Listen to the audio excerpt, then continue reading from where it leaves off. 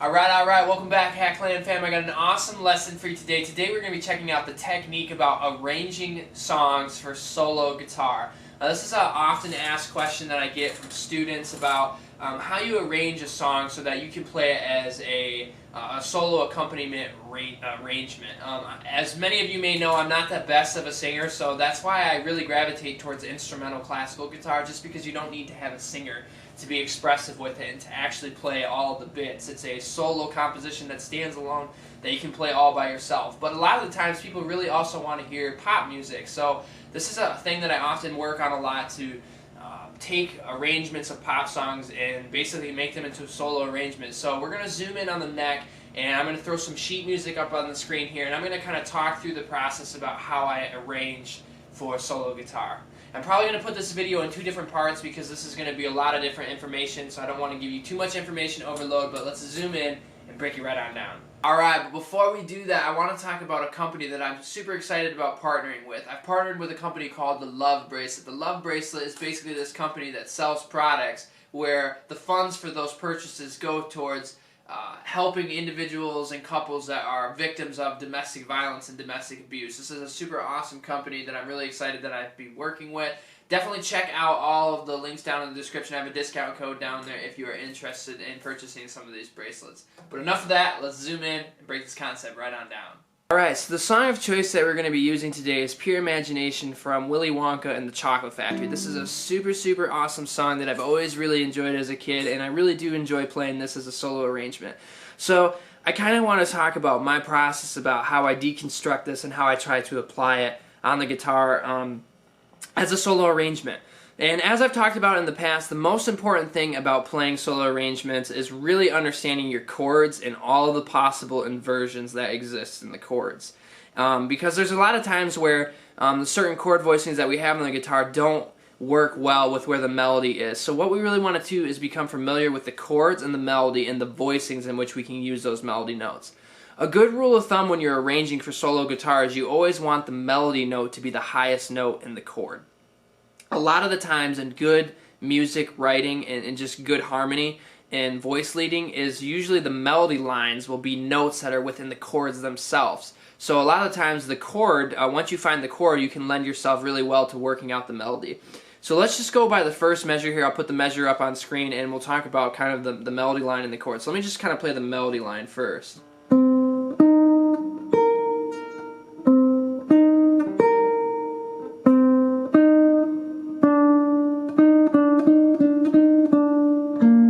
So that's kind of the first idea there, right? So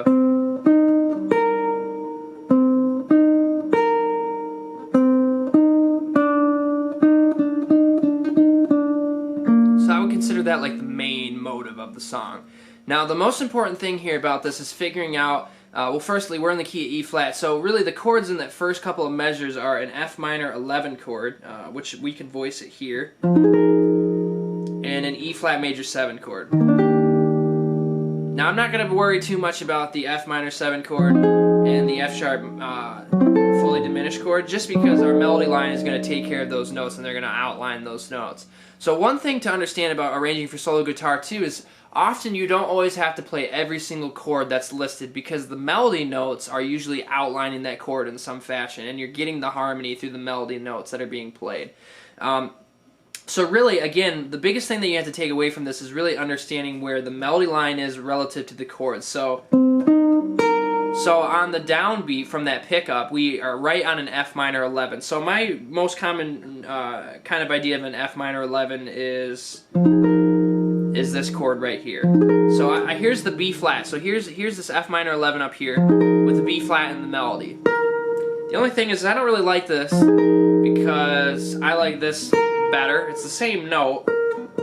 Those are unisons, but I really like having this down here because this is getting really high up in the neck. So I'm going to figure out how I can voice an F minor 11 with this melody note in the top. Let's see here. Here would be another way to voice an F minor 11. Putting your pinky here.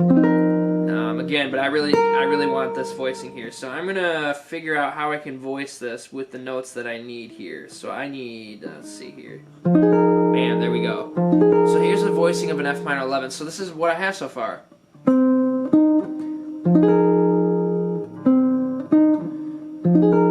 out to that second measure there, the same melody note happens, but now we need B flat in the bass. So there's a couple different things you can think about. You could just leave that out and not worry about it because the harmony is still in F minor 11, or if you really, you could bring your thumb over top to get that. I'm not so much of a stickler about that because as long as the harmony is there and we get the idea, then I'm not too worried about the bass notes. So anyway, here we go.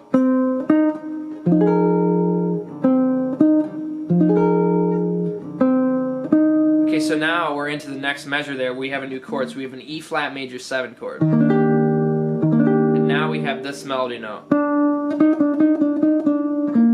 So now I have to think about how I can encompass this melody.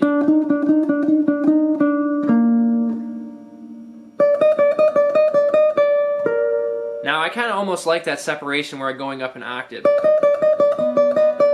So.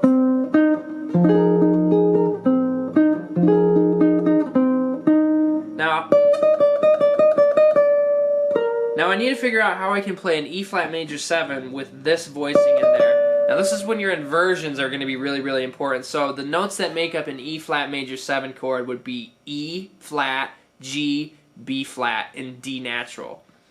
So this would be our typical closed voicing here. Well, I want to get these melody notes in here. So how can I get this all the way up here? Well, here's an inversion of it. So this is an E flat major 7 chord in first inversion, so really the third of the chord, the major third, is now in the bass. So check this out. So now I can do this.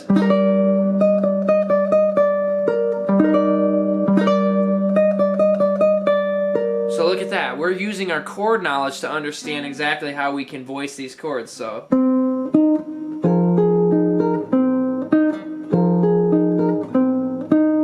here we go up here to our inversion.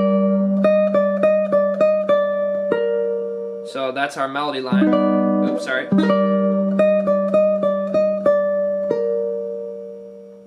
Still all over that. And now we're going to have a new harmony here. So we're going to have a C minor 7. Whatever way you want to play, you can play it here. But the chords are still going to stay the same. So we're going to still have that melody note of C to E flat. So here's another way that we can think about it. Depending on how you want to voice it, I might honestly just leave that chord voicing out and just keep that main melody because that is enough to kind of establish where we're at. So here we have up to this point.